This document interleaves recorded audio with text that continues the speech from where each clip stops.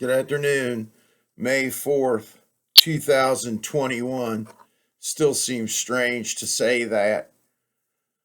I haven't done a video in a while. I'm teaching 5 classes right now and I'm pretty busy, but summer semester's coming. I'll have a lighter load and I'm going to plan on doing some videos again, although I don't think I'm going to be doing as much social discourse as I don't think it really does any good.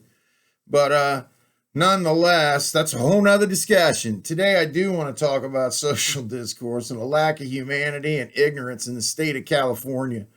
The governor of California, Gavin Newsom, he's a descendant of J. Paul Getty. And I don't know, for the longest time, J. Paul Getty was the richest man ever. So somebody might want to look that up. And somehow he has ties to Pelosi, too, by marriage or something else, I think. But nonetheless, he announces, and the secretary for him announced that California is going to be releasing 63,000 convicted felons from prison. And this has been in the media for a few days. And when they were asked about, how they're going to do this or why they're going to do this, more importantly, the answer was to cut down on violence in the prisons.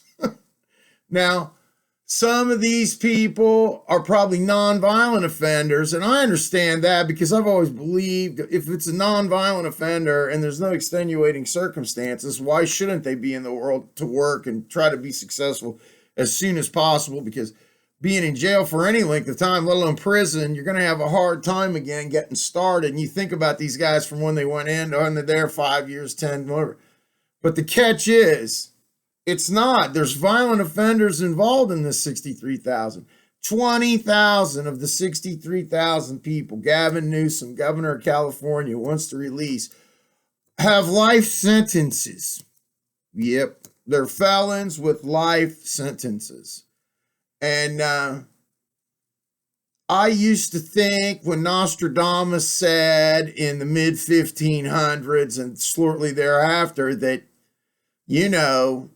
California would maybe break off the sea. And like he predicted in one way or another. But I never thought it would be by humans doing the earthquake. But I think it is.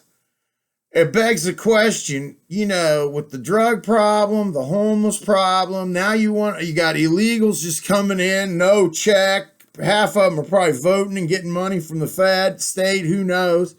And now you want to release 63,000 felons, some of which, like I said, a fraction might actually it'd be all right. But man, maybe they shouldn't have been in there to begin with. But the point is, California has no control over its penal system. This is going to be like, Blade Runner, Mad Max in a way. Thunderdome Part 37, except it's going to be L.A. And what it comes down to is when I've been telling students for 20 years the next civil war will start in California, 25 or more years now. I always thought, wow, that's crazy, But I never thought like, wow, I hope I'm right, or psh. I thought I was right or I wouldn't have said it. And I am right, but it's by a means I would have never imagined. That's why they say, tell the people you love them, because you never know, you might not be around the next day or whatever. Don't hesitate. Say what's on your mind. Life is short. Go on your gut feeling. My gut feeling says releasing 20,000 felons who had life sentences in California sounds like a not very smart idea. It actually sounds like a rotten idea. And there's got to be a motive here over and above what we see. The reality is money, I take it, power, and the ability to make whimsical decisions that affect every person in the state. And there's so much violence against police officers for no reason across the U.S. right now, especially in California. And the reality becomes it. What do you want to turn the state into? Well, it's happening before your eyes. And the reality is there are people in Washington and nationwide that want to make America like California. And then they look to us in Ohio and we say, it ain't happening here. And if you try, you're probably going to die. So that day may come. I used to jokingly say, if things continue to go the way they are, you'll have to pass a checkpoint to get into Indiana and Michigan from Ohio and in and out, like, like Canada or Mexico.